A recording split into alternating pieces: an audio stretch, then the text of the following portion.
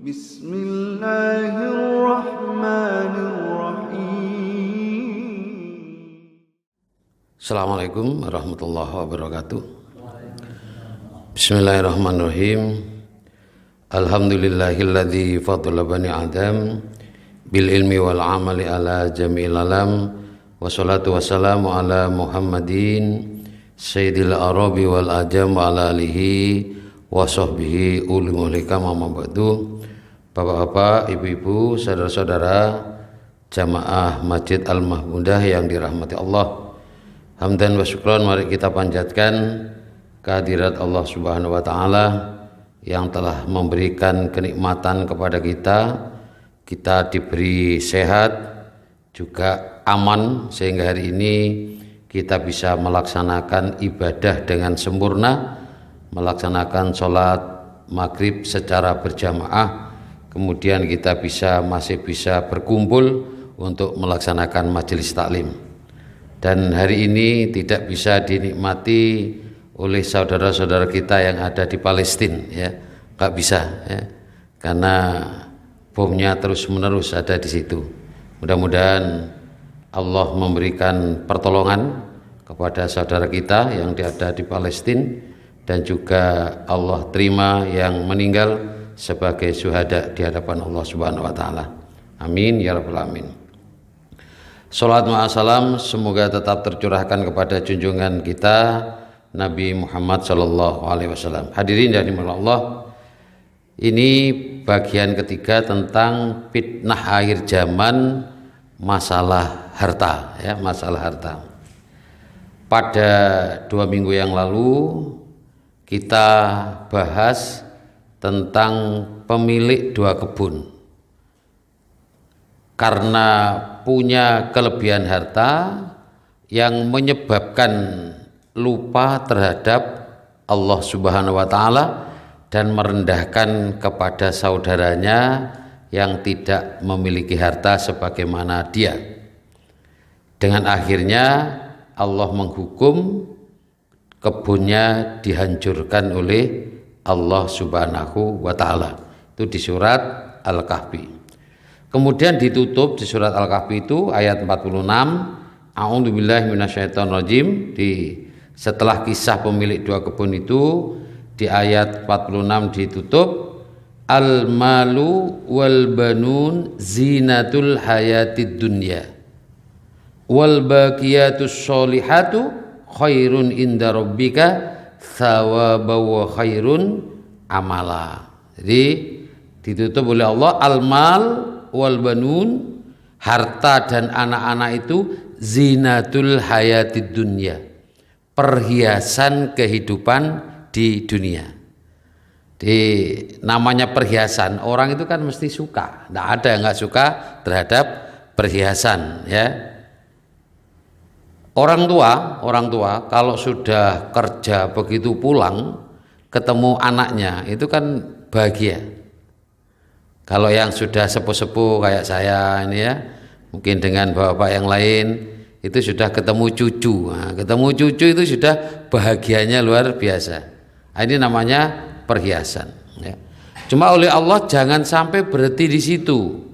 Harta dan anak-anak itu jangan selesai hanya di zinatul hayatid dunya wal baqiyatus sholihatu khairun inda rabbika. Nah, ini bagaimana al-mal dan banun tadi menjadi amal soleh, karena amal soleh itu kebaikan, sebuah kebaikan di sisi Allah, sawaban wa khairun amala, ya, serta lebih baik untuk menjadi harapan. Di saat kita punya harta, punya anak-anak yang kemudian kita wujudkan dalam bentuk amal soleh, maka kita punya harapan. Harapannya apa? Di akhirat nanti. Kalau kita punya anak soleh, kita punya harapan apa? Kalau kita sudah dipanggil oleh Allah, didoakan. Orang tua kalau sudah meninggal, harapannya ya dari anak-anak itu doanya, Allahumma firli dunubi waliwa lidayya warhamhuma kama rabbayani shaghira. Itu perlu kita cek, Pak. Saya punya misanan, Pak, ya, punya misanan. Ibunya itu kerja di Malaysia, kerja di Malaysia. Kemudian ibunya meninggal, dibawa pulang. Anaknya saat itu kelas 3 SMA. Terus saya cerita ke anaknya ini, kamu ini ibunya sudah meninggal. Yang diharapkan oleh orang tua ini didoakan. Coba bagaimana kamu cara mendoakan orang tua? Gak bisa. Mendoakan orang tua itu gak bisa. Loh ya apa tuh Zat? Ini SMA kelas 3. Wah. Padahal doa untuk orang tua itu SD insya Allah sudah diajari itu ya. Itu gak bisa Pak. Ya Allah, terus siapa? Terus saya ajari itu. Makanya perlu kita cek itu Pak. Anak-anak kita ini jangan-jangan lali, mergo gak pernah dibaca itu. Ya apa caranya doakan orang tua kamu? Ini perlu dilihat ini ya. Ini pengalaman saya, misanan saya ya. Anaknya ternyata nggak bisa baca doa Allahumma fili dunubi wali walidayya warham huma kama rabbayani shaghira ya. Kalau harta juga sama. Harta itu akan menjadi harapan kita saat harta itu dalam bentuk amal soleh. Syukur-syukur dalam bentuk amal jariah ya. Amal jariah seperti di masjid, disumbangkan di masjid akan terus mengalir. Ini penutupnya, penutup dari cerita kisah pemilik 2 kebun ya. Kita lanjutkan sekarang sama ini tentang Ashabul Jannah, pemilik sebuah kebun. Ini terdapat di surat Al-Qalam ya, surat Al-Qalam ayat 17. Di Allah sampaikan 3 kisah. Nah, sementara ini yang saya lihat termasuk kisah Korun yang dikasih kelebihan harta tapi kemudian berujung tidak baik. Kemudian pemilik 2 kebun yang juga berujung tidak baik. Nah ini di surat Al-Qalam ini sama, namanya pemilik kebun ya. Di ayat 17 itu diawali inna balawnahum, sungguh kami telah menguji mereka musyrikin Quraisy, kama balawna ashabal jannah, sebagaimana kami telah menguji pemilik-pemilik kebun. Kalau kita baca tafsir ya, orang Quraisy itu kenapa tidak mau beriman kepada Rasulullah? Salah satunya karena iri. Salah satunya lagi karena Nabi Muhammad itu dari sisi ekonomi termasuk golongan yang tidak punya.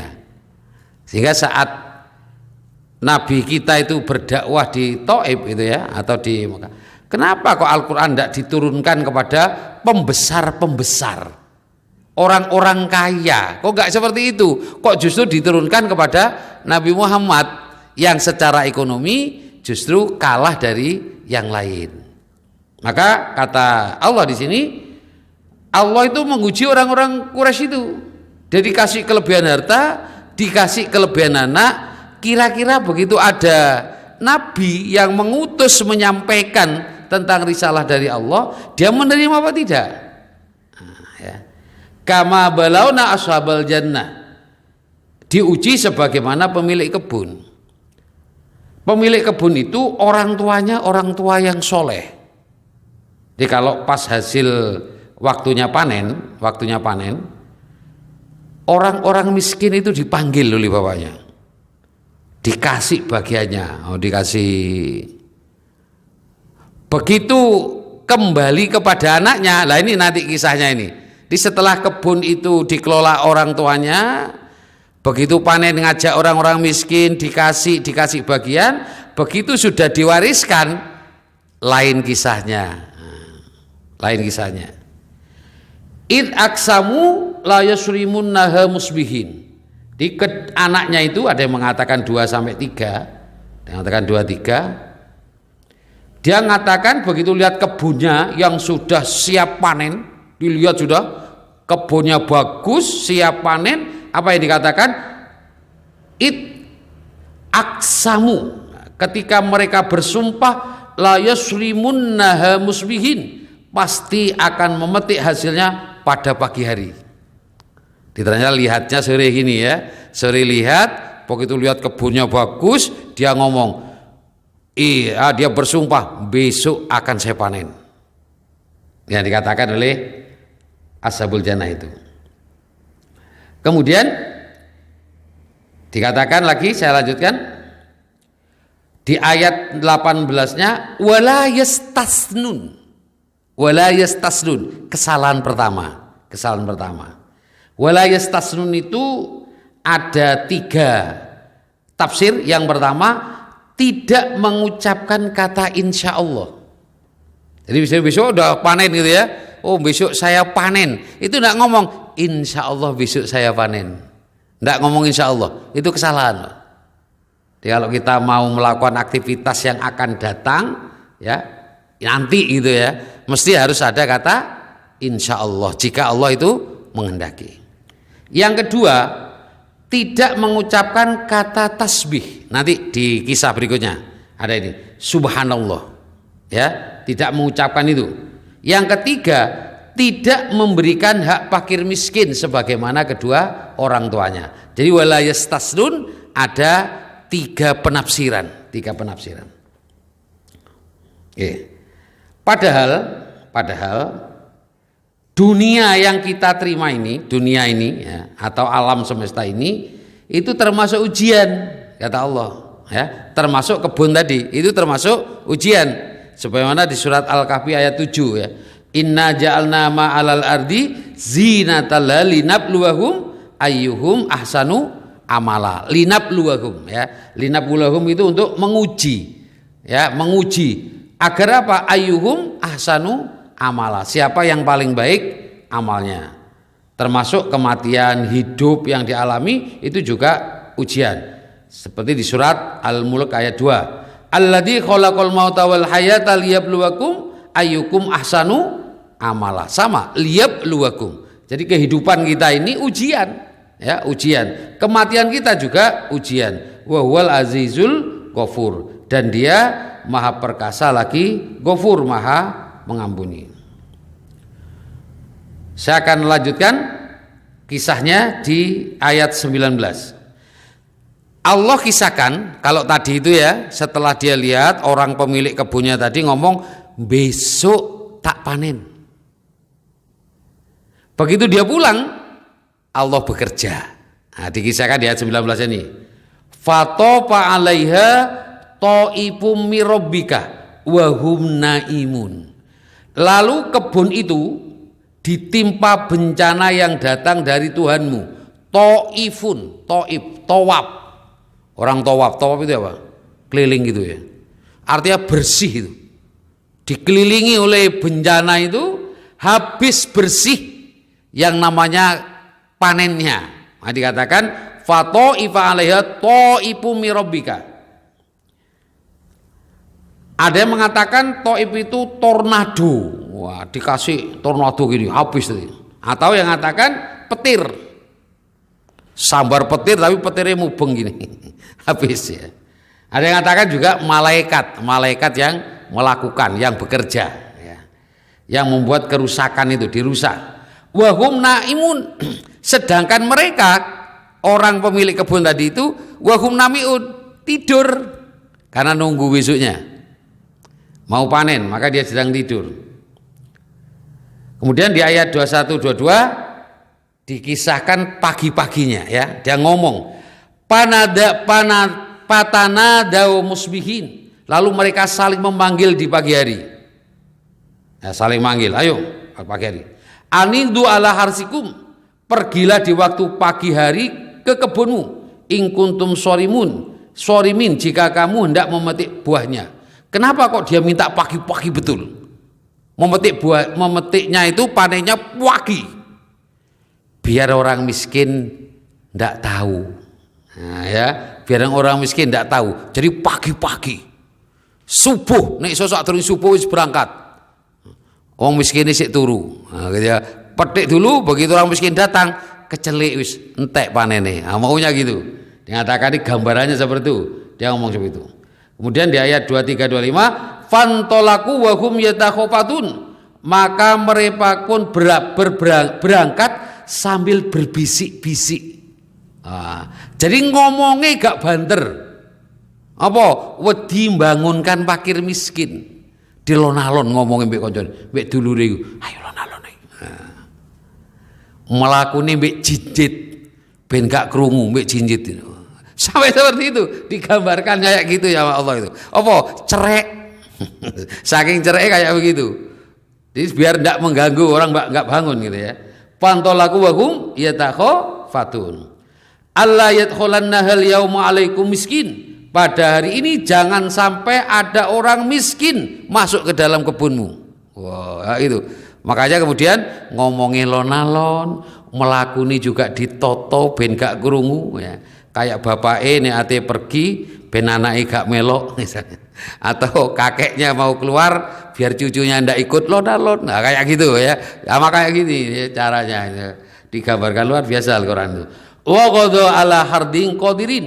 Dan berangkatlah mereka di pagi hari dengan niat menghalangi orang-orang miskin ya. Hardin ala hardin.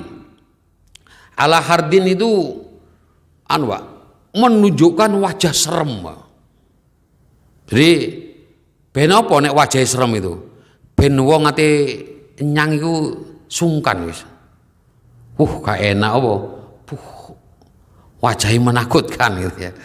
Menakutkan itu ya. Misalnya sini satpam ini pengen wong gak melebu, macak kereng ini wis wong wedi ati mlebu ya. Nah kayak gini. Di orang-orang tadi itu di samping pelan-pelan juga gitu ya. Juga caranya apa? Memasang wajah yang masam, yang tidak menyenangkan. Wong delok wis sumpek gitu. Gak wani ati mlebu pisan gitu ya. Ati dekat ndak mau. Sampai kayak gitu. Saking cereke iku ngono. Wa qadha ala hardin qadirin. Kemudian ayat 26 27 falamma ra'auha. Nah, ini kisahnya. Setelah dia nyampe di kebunnya, falamma ra'auha qalu, dia berkata kepada saudaranya, innal dhalun. Sesungguhnya kita ini sesat ini. Kenapa kok bilang sesat? Duduk iki. Iki duduk kebunnya awake dhewe iki. Punya kita ini kan siap kita panen, ini rusak semua nih, bukan kita sesat ini. Nah, jadi lupa kalau itu kebunnya yang sudah rusak, tapi dia nggak ngerti ya, nggak ngerti tadi, dikira jalannya sesat ya. Jadi falam maro'aha qalu inna ladolun, kita sesat, salah jalan kita ya.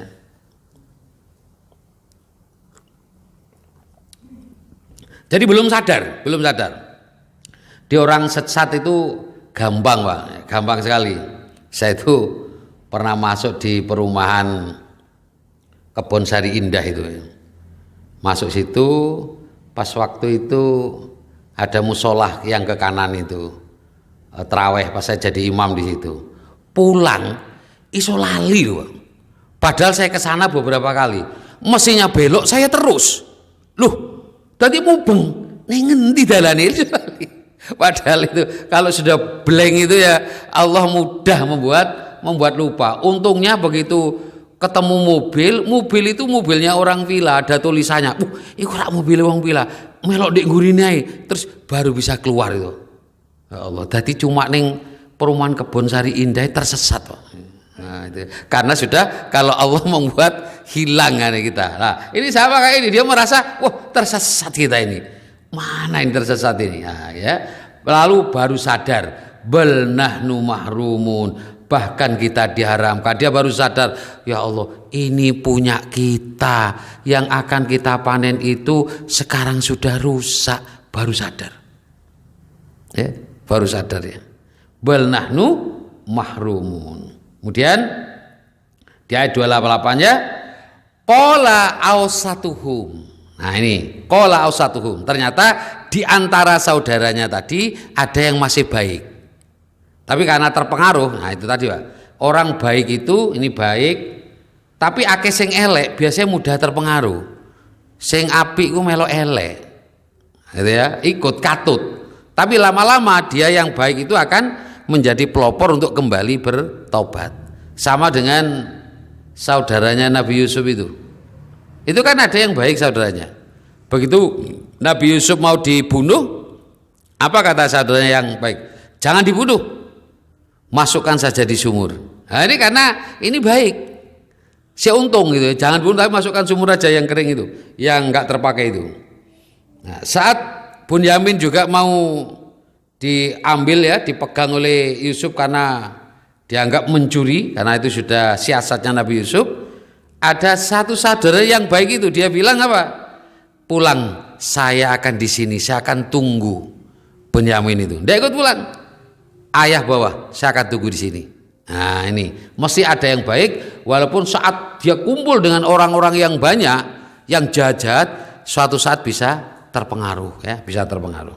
Qala asatuhum, orang yang baik-baik itu di antara mereka, dia berkata, alam akul lakum, bukankah aku telah mengatakan kepadamu, laula tusabbihun, mengapa kamu tidak bertasbih? Nah ini tadi penjelasan salah satu tafsir wala tasnun itu kan tidak bertasbih, ya, tidak mengucapkan memuji Allah.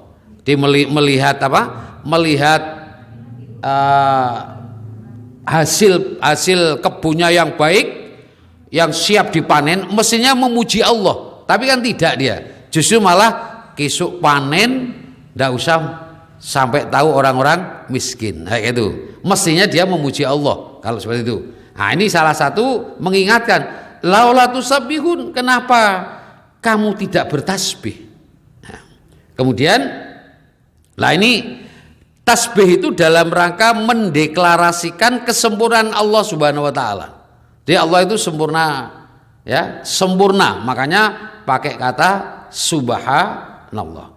Qalu, lalu mereka sadar, baca subhana rabbina. Nah, ini mereka mengucapkan maha suci Tuhan kami. Inna kunna dzalimin, ya, sungguh kami adalah orang-orang yang zalim. Nah, ini terus nyadari, Pak. Jadi kalau yang dua kisah yang saya sampaikan, kalau Korun itu tidak sempat langsung ditenggelamkan sama hartanya, kemudian Ashabul yang pemilik dua kebun itu dia menyesal, ya, dia menyesal, tapi tidak dimunculkan dia itu bertobat, tapi menyesal karena dihancurkan dua kebunnya. Tapi yang ini kisah yang ketiga ini dia merasa bahwa dia melakukan kesalahan. Makanya kemudian dia bilang inna kunna dzalimin. Nah, ini sebuah pernyataan saat dia melakukan kesalahan, dia kemudian menyadari kesalahannya. Inna kunna dzalimin. Seperti Nabi siapa yang masuk perutnya ikan itu? Nabi Yunus, ya. Apa doanya? La ilaha illa anta subhanaka inni kuntu minat dzalimin. Nah ini menyadari kesalahannya. Termasuk Nabi Adam alaihissalam. Apa doa yang dipanjatkan setelah melakukan kesalahan memakan buah yang dilarang oleh Allah? Apa? Rabbana dolamna, ya, telah aniaya. Bentuk pengakuan bahwa dia melakukan kesalahan, dia menyadari bahwa dirinya itu mendolimi dirinya. Dia melakukan pendoliman terhadap dirinya. Makanya kemudian ia mengatakan inna kunna dzalimin. Ini, ya, sesungguhnya maha suci Tuhan kami, sungguh kami adalah orang-orang yang dolim. Ini penyesalan. Syarat tobat itu penyesalan, Pak. Ya, kalau orang tidak menyesal dengan yang dilakukan, kejahatan yang dilakukan, misalnya, maka dia tidak tobat, bukan merupakan tobat. Jadi tobat itu awal harus ada penyesalan di dalam dirinya.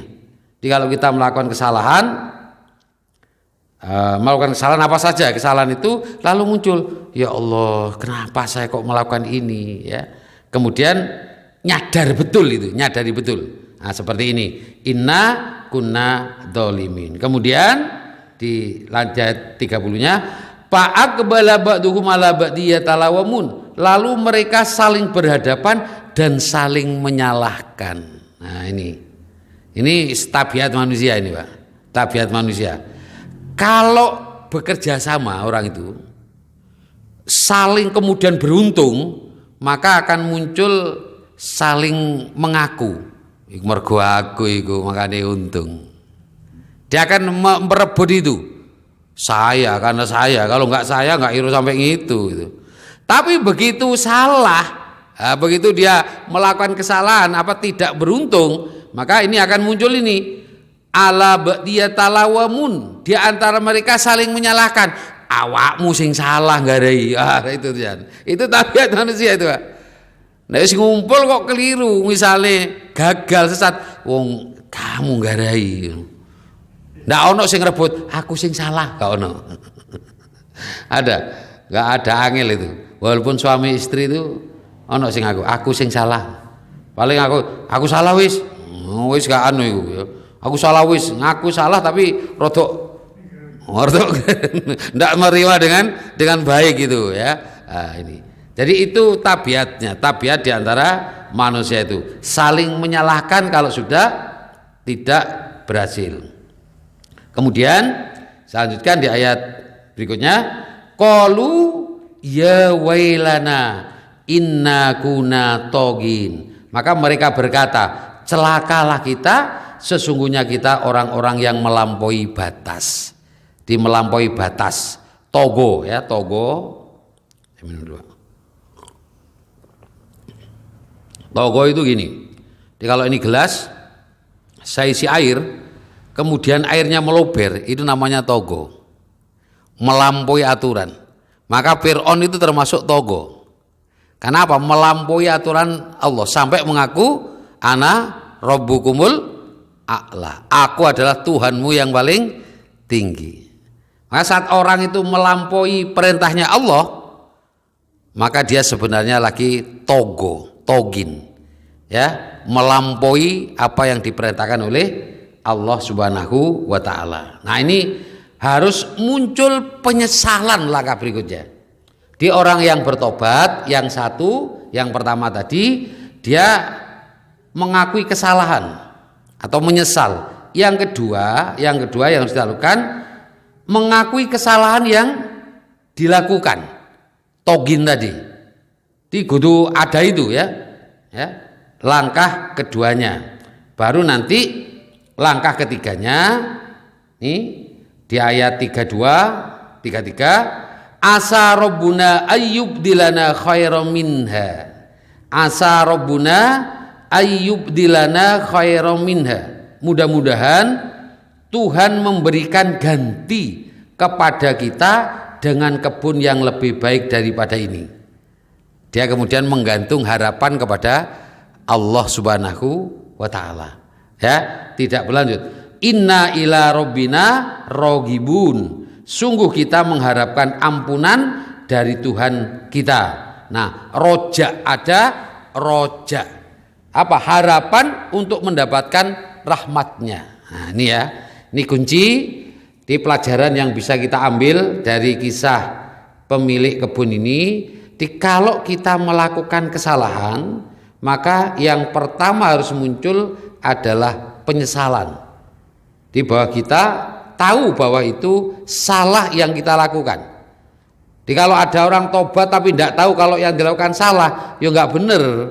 Tobat itu artinya tahu kalau yang dilakukan itu sebuah kesalahan.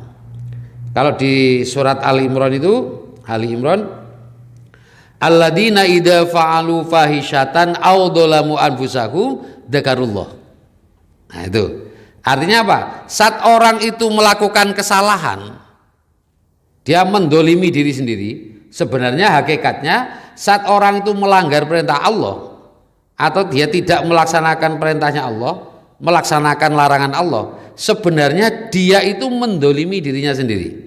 Karena akibat dari itu kembalinya kepada dirinya, tidak akan kembali kepada orang lain, ya, kembali kepada dirinya.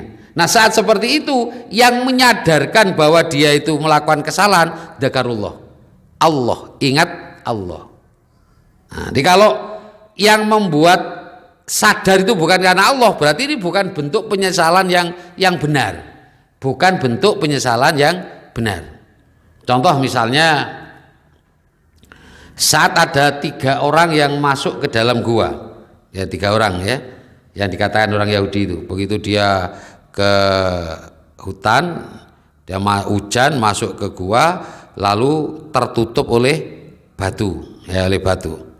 Nah, setelah tertutup oleh batu, muncul di antara orang ini mengatakan, ayo kita mohon kepada Allah, berdoa kepada Allah, berwasilah, nah, berwasilah dengan amal perbuatan kita. Nah, berwasilah dengan amal perbuatan kita.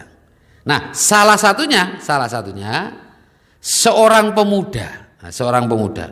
Pemuda ini suka kepada anak pamannya. Seneng ya, tapi ditolak. Suatu saat anak pamannya ini butuh uang. Nah, anak ini yang suka tadi itu cari uang. Begitu dapat uang, ada yang mengatakan 100 dinar atau 100 dirham, saya lupa, diberikan itu. Dia ngomong, ini tak kasihkan kamu, tapi kamu harus mau tidur sama saya. Itu permintaannya. Mau dia. Si perempuan mau, diterima uangnya, mau. Begitu mau melakukan, diingatkan oleh si perempuan tadi. Jangan kau lakukan sesuatu yang bukan jadi milikmu. Nah, kalau kita agak bebas itu. Begitu diingatkan seperti itu, diingatkan kepada Allah, takutlah kepada Allah, dia nggak jadi melakukan itu. Ditinggal anak pamannya tadi yang dia sukai tadi, sama uangnya dikasihkan, duduk atau ditinggal duit di jaluk meneh enggak. Di duit enggak. Gak situ iki oleh enggak gitu ya. Tapi diserahkan itu. Tetap diserahkan terus ditinggal. Lalu dia bilang, "Ya Allah," nah gitu ya. "Kalau aku yang aku lakukan karena Engkau, maka bukalah pintu gua itu, maka bergeser." Nah, ini yang namanya berdoa dengan berwasilah amal soleh. Tapi nggak boleh ini diniati. Aku tak nyumbang, aku tak ngundungo. Ini lain, niatnya lain ya. Tapi itu saat beramal nggak mikir ke sana. Bener-bener karena Allah ya. Walaupun apa boleh ya boleh. Begitu amal berdoa kan boleh. Kita setelah melakukan amal berdoa. Kayak Nabiullah Ibrahim itu kan mesti setelah melakukan amal kan berdoa. Contoh saat begitu Nabi Ibrahim itu meninggikan pondasi Baitullah. Setelah selesai bersama Ismail kan doa itu. Salah satu doanya, Rabbana taqabbal minna innaka antas samiul alim. Ya Allah, terimalah ini. Doa, terimalah perbuatan kami. Terus yang berdoa lagi apa? Ya Allah, utuslah dari kalangan mereka seorang rasul dari kalangan mereka sendiri. Doanya itu. Dia saat itu doanya di Mekah doanya. Saat mendirikan Ka'bah. Dikabulkan oleh Allah kapan? Nabi Muhammad Shallallahu Alaihi Wasallam. Boleh begitu melakukan amal satu amal, setelah itu berdoa. Tapi yang nggak boleh melakukan amalnya karena ingin berdoanya, itu yang nggak boleh. Melakukan amalnya harus karena Allah. Tapi boleh setelah melakukan amal itu berdoa. Iyyaka na'budu wa iyyaka nasta'in. Menyembah dulu baru minta. Melakukan amal dulu baru minta. Nah, ini yang kita kembali ke sini. Jadi saat orang melakukan penyesalannya karena Allah, bukan lain ya. Misalnya yang bukan penyesalan karena Allah kayak gini. Orang itu aku tak mabuk-mabukan, tak minum-minuman. Ya. Kalau minum kopi nggak apa-apa, kalau minum minuman ya nggak boleh ya. Minum keras. Begitu dia sampai di situ, di tempat mau beli, ternyata tutup, tokonya tutup. Gak situ hari itu minum minuman. Ini bukan penyesalan karena Allah. Kenapa? Gak minum karena tokonya tutup. Lain kalau sama yang perempuan, yang laki-laki tadi yang dikisahkan tadi itu, dia melakukan, tidak jadi melakukan maksiat berzina karena ingat kepada Allah Subhanahu wa taala. Itu kuncinya. Kemudian tidak ingin mengulang. Yang berikutnya roja, harapan. Ada harapan bahwa perbuatan dosanya diampuni oleh Allah Subhanahu wa taala. Ini penting. Kemudian dilanjutkan, kadzalikal adab. Kadzalikal adab. Kata Allah, di ayat 33-nya. Seperti itulah azab dunia. Artinya saat orang itu, saat orang itu mampu melakukan amal baik, kemudian dia tidak lakukannya karena faktor cinta hartanya, itu sebuah kesalahan. Maka akibat kesalahan itu oleh Allah diapakan? Kebun yang waktunya panen dihancurkan oleh Allah. Nah, di sini yang disebut perbuatan dosa itu bisa menghalangi pintu rezeki. Nah, jadi kalau kita misalnya lagi rezeki seret, misalnya bisa jadi karena kita melakukan perbuatan dosa. Apa? Istighfar. Contohnya ini. Dia melakukan perbuatan dosa yang mestinya mampu memberi kepada fakir miskin, yang biasa dilakukan oleh orang tuanya, kemudian tidak diberikan oleh ini anak ini. Kemudian akibatnya apa? Kebunnya dihancurkan oleh Allah, habis semua. Nah, ya, gara-gara dia melakukan dosa itu. Jadi orang perbuatan dosa bisa menghalangi rezeki yang akan datang kepadanya. Ya, hadirin, kita lanjutkan. Jadi tadi siksa yang di dunia diberikan. Kata Allah, di akhirat lebih berat dari itu. Di orang itu kalau nggak bertobat, selain dia akan mendapatkan balasan di dunia, dia juga akan mendapatkan balasan di akhirat. Beda kalau dia kemudian bertobat. Nah, harta ini saya akan ingin tutup begini tentang kisah harta itu. Pada saat nanti kita dipanggil oleh Allah, ada 4 pertanyaan. Ya, ada 4 pertanyaan. Salah satunya adalah tentang harta ini. Harta ini akan ditanya dari mana dan untuk apa. Harta ini, rezeki kita itu sudah ditentukan oleh Allah. Ya, rezeki kita sudah ditentukan oleh Allah. Kita tinggal ikhtiar untuk menjemputnya sebagai manusia. Saya akan kasih contoh ya. Kalau sudah rezekinya, ini barusan terjadi. Saya ada kegiatan sama teman-teman 3 orang, akan melakukan kegiatan namanya kas opnam, di memeriksa keuangan, kas keuangan. Ternyata koordinator saya itu sakit pada saat itu. Sakit, dia mengatakan saya sakit Pak. Oh ya wis, kalau gitu ya apa ini kas opnamnya?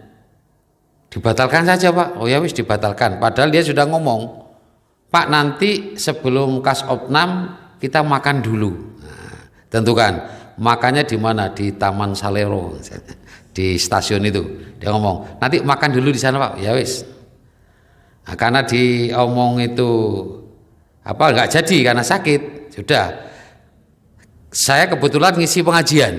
Nah, ngisi pengajian sebelum acara itu. Lapar, mampir di warung beli. Saya bungkus, saya bawa pulang. Kalau untuk makan sendiri, kira-kira coba Bapak ini kalau makan untuk dirinya sendiri dengan beli makan untuk tukang, beda ora? Saya tanya Pak, ini kanggo tukang atau kanggo siapa gitu. Terus sama untuk makan sendiri, kita beda apa enggak? Mesti beda gitu ya. Saya kebetulan karena untuk diri sendiri, saya makan ini saya sukanya kan pecel itu.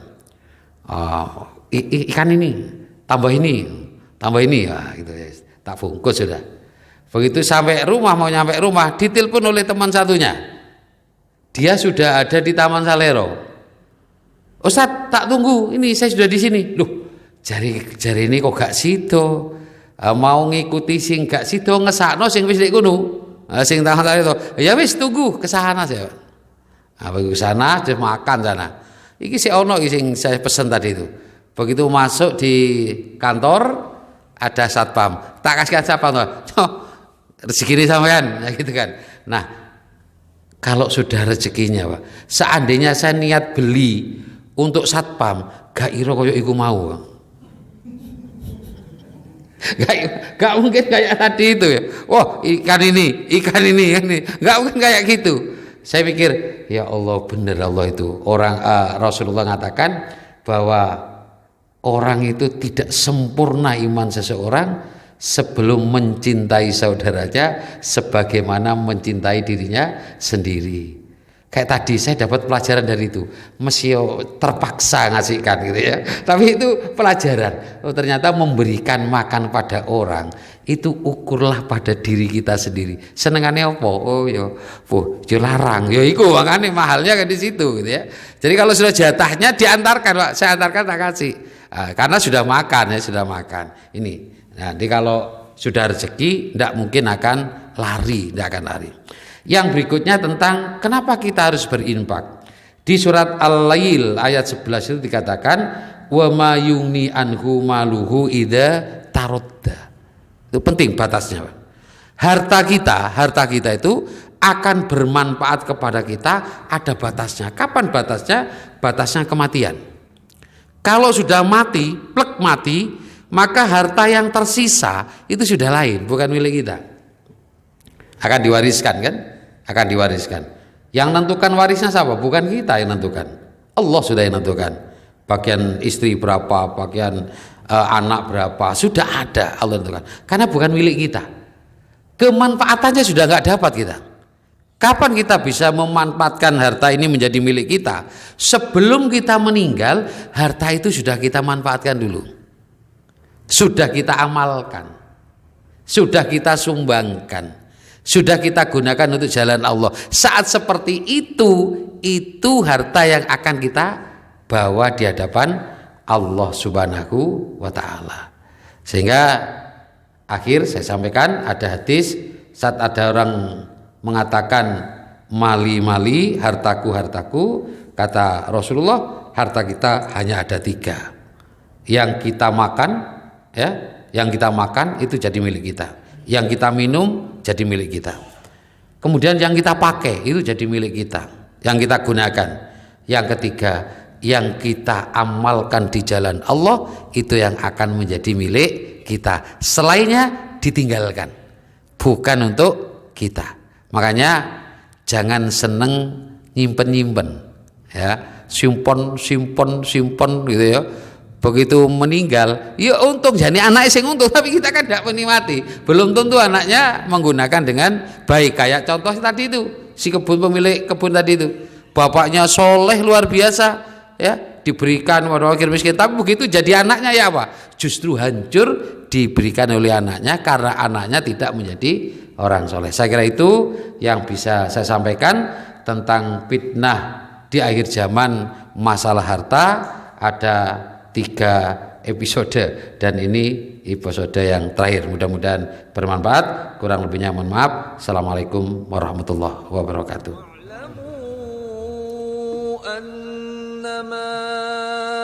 أموالكم وأولادكم فتنة وأن الله عنده أجر عظيم